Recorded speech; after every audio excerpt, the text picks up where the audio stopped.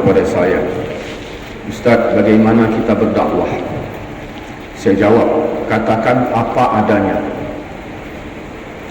Katakan apa adanya. Jangan kau tambah-tambah, karena kita dilarang bid'ah. Apa konsep kita kalau untuk berdakwah? Saya katakan, kau buka Al-Quran An-Nahl ayat 116. Allah mengatakan, jangan kau katakan sesuka lidahmu secara dusta. Haza halal wa haza haram. Ini boleh, ini tak boleh. Jadi mengatakan boleh, tak boleh sesuka lidah. Mengatakan tak boleh juga, tak boleh sesuka lidah. Karena tuntunannya sudah ada. Kalau begitu, apa petunjuk kita yang paling besar? Rasulullah mengatakan sebaik-baik perkataan adalah Quran. Sebaik-baik petunjuk adalah petunjuk Nabi. Maka berdakwahlah engkau dengan Quran dan petunjuk Nabi itu. Katakan apa adanya, jangan kau tambah-tambah. Lalu dari mana kita tahu itu tak boleh? Sesuai dengan amanat Quran, wa ma nahakum anhu fantahu. Apapun yang dilarang Nabi, tinggalkan. Yang dilarang Nabi, tinggalkan. Wa ma nahakum anhu fantahu. Yang dilarang Nabi, tinggalkan. Jangan bikin bid'ah. Mana kalimat yang bid'ah? Nah, Allah mengatakan kalau dilarang Nabi, tinggalkan. Kalimat bid'ah itu kalau Nabi tak buat, tak boleh kita bikin. Itu bid'ah. Karena bertentangan dengan Quran. Yang dilarang Nabi, tinggalkan. Datang dia bikinnya bid'ah. Kalau Nabi tak buat, tak boleh kita buat. Itu kalimat itu bid'ah. Bagaimana dengan hadis? Buka Matan Arba'in hadis nomor 30. Apa kata Nabi di situ? Yang diharam jangan kau lakukan. Bid'ahnya mana? Sama. Kalau Nabi tak bikin, tak boleh kalian bikin. Itu kalimat itu bid'ah. Itu mengada-ngada. Tak sesuai dengan petunjuk Quran, tak sesuai dengan petunjuk hadis. Bagaimana yang tak disebut Nabi? Lanjut hadis. Yang didiamkan itu rahmat. Fala tabhasu anha, kata Nabi, jangan kau bahas-bahas. Begitulah dalam berdakwah. Kita harus jujur. Jangan dirubah ayat. Ketika ayat mengatakan wa ma nahakum anhu fantahu, yang dilarang tinggalkan, jangan kita rubah ayat menjadi wa ma lam yaf'alhu fantahu. Kalau Nabi tak bikin, tak boleh kita bikin. Telah banyak dai-dai sekarang ini merubah. Kalau Nabi tak bikin, tak boleh kita bikin. Kalimat bid'ah ini diangkat menjadi sebuah aturan, sehingga setiap orang melakukan ditanya kapan Nabi bikin. Saudara-saudaraku, ini bid'ah yang paling besar di dalam berdakwah. Kalau Nabi mengatakan setiap bid'ah sesat, maka ini kesesatan yang paling besar, tuan-tuan. Saudara-saudaraku seiman seakidah yang dirahmati Allah Subhanahu wa ta'ala. Orang bertanya kepada saya, "Ustaz, siapa yang pertama kali membuat maulid Nabi?" Saya jawab, Syiah Fatimiyah. Itu yang pertama kali bikin maulid. Syiah Fatimiyah. Nah, bagaimana tanggapan Ustaz terhadap maulid yang dibuat oleh Syiah? Saya tanya balik, kau ikut Nabi apa tidak? Kalau kau jawab iya, kita lanjut dialog. Kalau tidak, kita berhenti. Ya, coba kita lihat. Ketika Rasulullah menjumpai Yahudi puasa 10 Muharram, apakah Nabi memutuskan hubungannya dengan Yahudi karena Yahudi beramal dengan cara Yahudi puasa 10 Muharram? Ternyata tidak. Nabi bertanya. Apa kata Nabi? Yahudi, kalian puasa hari ini puasa apa?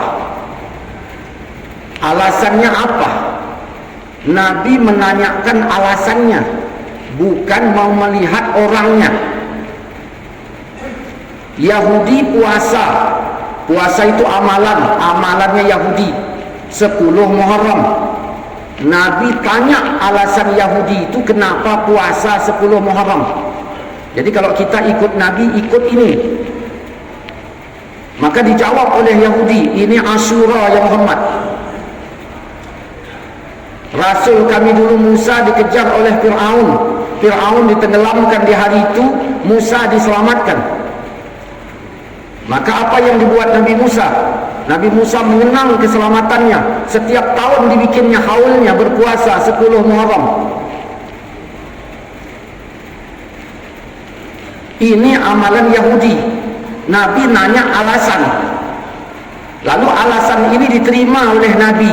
Kalau itu alasan kalian, kata Nabi, kami yang pantas melakukannya, bukan kalian. Amalan Yahudi diambil oleh Nabi, kami yang pantas melakukannya, bukan kalian. Maka diperintahkanlah kita puasa Asyura, sama dengan puasa Yahudi. Kalau mau dibaca hadis man tasyabbaha biqaumin fahuwa minhum, siapa yang menyerupai satu kaum itu bagiannya, maka di sini kita telah sama. Namun Nabi membuat beda. Bagaimana cara Nabi membuat beda? Nabi perintahkan puasa Tasu'a. Jadi ketika Nabi membuat beda, tidak membatalkan yang ada, tapi dibuat tambahan untuk membedakan. Yahudi sehari, kita 2. Nah, alasan yang kedua, ada sahabat sholat tidak pernah dicontohkan oleh siapapun. Lalu diberitakan kepada Nabi tentang sholatnya itu, memakai ayat Qul huwallah terus menerus, yang tidak pernah dicontohkan oleh siapapun. Rasul tanya kepada sahabat tersebut alasannya apa? Apa jawaban sahabat tersebut? Aku cinta kepada Qul huwallahu ahad. Alasannya. Maka alasan ini diterima oleh Rasulullah sallallahu alaihi wasallam, sehingga Nabi mengatakan hubbuka iyyaha adkhalakal jannah. Cintamu kepada Qul huwallahu ahad memasukkan kau ke dalam surga. Kurasa kalau orang sekarang dijawab begitu, malah dibalik tanya lagi, kenapa kau baca Qul hu terus? Aku cinta dengan Qul hu. Apa kau enggak cinta dengan An-Nas? Apa enggak cinta dengan Al-Haqqul Takasur? Apa enggak cinta dengan Al-Baqarah? Nabi tidak demikian. Hubbuka iyyaha adkhalakal jannah. Cintamu kepada Qul huwallahu ahad itu memasukkan kau ke dalam surga.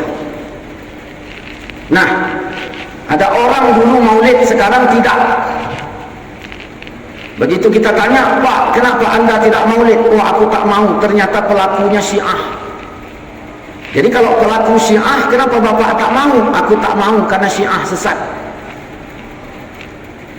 Jadi sekarang bapak bagaimana? Aku sudah anti maulid. Jadi bapak ikut siapa sekarang? Ikut orang yang memfatwakan tak boleh maulid. Siapa itu? Wahabi. Apa bedanya Wahabi dengan Syiah?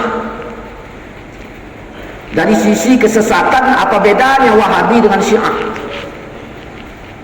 Dari sisi kesesatan, apa bedanya Wahabi dengan Syiah? Syiah sesat, Wahabi sesat. Kita siap dialog itu untuk itu. Nah, kalau ikut Nabi tidak demikian. Terhadap Yahudi saja ditanya oleh Rasulullah, kenapa? Alasannya apa? Terhadap sahabat yang sholat tidak pernah dicontohkan, ditanya oleh Nabi, alasannya apa? Kenapa kita tidak dakwah seperti Nabi? Lalu kita tanya, Wahabi, apa alasanmu engkau menolak maulid? Lalu Wahabi menjawab, sesuatu yang tidak dikerjakan Nabi tak boleh kita bikin. Baru kita tanya, ini peraturan apa bukan? Peraturan. Yang berhak mengatur agama ini siapa? Allah. Kalau begitu di mana kau temukan kalimat itu? Kalau Nabi tak bikin, tak boleh kita bikin. Kalau Quran surat apa, ayat berapa? Kalau hadis riwayat siapa?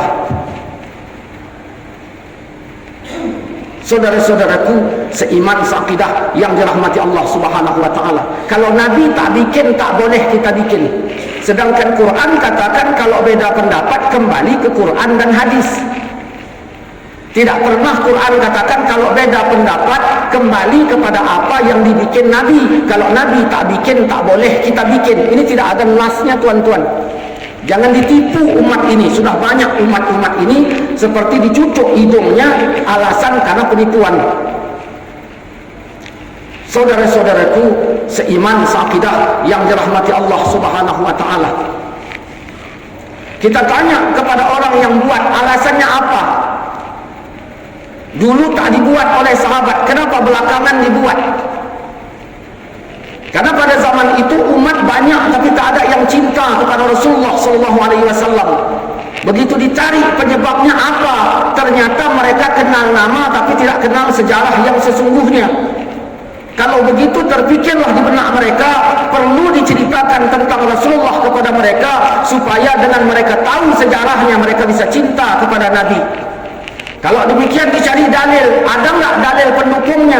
Al-Quran yang menjawab, wa kullan naqussu 'alaika min anba'ir rusul ma nusabbitu bihi fu'ada. Semua kisah rasul-rasul kami ceritakan kepadamu, yang dengan kisah itu kami teguhkan hatimu. Ternyata Nabi Muhammad saja diteguhkan Allah hatinya dengan cara dikisahkan rasul kepadanya. Pantas umat tak cinta kepada Nabi karena mereka hanya kenal nama tapi tidak kenal sejarah yang sesungguhnya. Maka maulid dibuat, masyarakat dihadirkan, dipanggilkan ahli sejarah untuk menceritakan tentang Rasulullah SAW. Maka Wahabi masih ngeles. Kalau begitu lebih hebat ustazlah menafsirkan ayat ketimbang sahabat. Sahabat saja yang hafal ayat itu tidak bikin maulid, kok ustaz pula tiba-tiba belakangan ini bikin maulid? Kita jawab, untuk apa para sahabat bikin maulid yang tujuannya diceritakan tentang Rasul agar hati mereka teguh, sedangkan sahabat hidupnya bersama Rasulullah SAW. Nah, kenapa tabi'in tak buat? Kenapa tabi'ut tabi'in juga tidak buat? Kita jawab, untuk apa tabi'ut tabi'in membuat maulid yang di dalamnya nanti diceritakan tentang Rasul supaya hati mereka teguh, sedangkan masa mereka masa yang sangat teguh-teguhnya hati mereka kepada Rasulullah SAW. Baru digeles lagi, kalau begitu kenapa Mekah Madinah tidak buat, sedangkan itu negeri contoh? Kita jawab lagi, untuk apa Mekah Madinah membuat maulid yang tujuannya hati menjadi teguh, sedangkan dua kota itu adalah dua kota bekas peninggalan napak tilas Nabi Muhammad SAW. Saudara-saudaraku, alasan, maka kalimat yang keluar dari mulut mereka, kalau Nabi tak bikin, tak boleh kita bikin. Kita tanya, alasannya apa? Hadisnya mana? Saudara-saudaraku seiman seakidah yang dirahmati Allah Subhanahu wa taala. Maka saya sukanya kalau dialog itu pakai papan tulis. Disepakati dulu apa yang dibilang, masalah yang penting disepakati, ditulis, baru kita bedah alasannya, kau yang betul atau kami yang betul. Kau baca Quran, kami baca Quran. Kau baca hadis, kami baca hadis. Kau baca asbabun nuzul, kami baca asbabun nuzul. Kau baca asbabul wurud, kami baca asbabul wurud. Kau baca sejarah, kami juga baca sejarah. Saudara-saudaraku seiman seakidah yang dirahmati Allah Subhanahu wa taala. Sengaja saya sampaikan di sini karena saya yakin di sini kita ramai. Jadi bukan sebagai dakwah yang sifatnya kelompok, hanya 10 orang, 15 orang. Jadi seolah-olah begitulah cara berdakwah. Tak berani ketegasan. Nah, saya tegaskan di masjid ini bahwa sesungguhnya begitulah Rasulullah SAW berdakwah. Alasannya apa? Allah bilang yang dilarang tinggalkan. Wahabi bilang kalau Nabi tak bikin, tak boleh kita bikin. Kita tanya, kenapa kau tak bikin? Karena Nabi tak bikin. Quran bilang apa? Hadis bilang apa? Kenapa dakwahmu berbeda? Dulu kularang kalian ziarah kubur, kata Nabi. Dulu kularang. Maka jangan komplain-komplain karena udah dilarang. Sekarang kata Nabi, ziarahlah, berarti boleh. Kita wajib ikhlas terhadap aturan Nabi. Dulu kularang, tapi nggak ada tapi-tapi, tak boleh. Sekarang silakan. Sekarang silakan. Jangan pakai tapi-tapi. Tapi Wahabi membuat tapi. Sekarang boleh sih boleh, kata Wahabi. Tapi jangan dikhusus-khususkan waktunya. Kalimat itu tak keluar dari Nabi. Boleh sih boleh, tapi jangan dikhususkan waktunya. Maka dengan sebab itu Wahabi mengharamkan orang ziarah menjelang Ramadan, habis lebaran. Apa alasannya? Kenapa dikhususkan waktunya? Kita sepakat ikut Nabi. Dulu kularang, sekarang silakan. Ya terserah orang mau kapan. saudara-saudaraku seiman saqidah yang dirahmati Allah Subhanahu wa taala. Mudah-mudahan semoga Allah Subhanahu wa taala membukakan hati kita. Allah berikan kita taufik dan hidayahnya. Allah tetapkan kita pada jalannya. Amin ya rabbal alamin.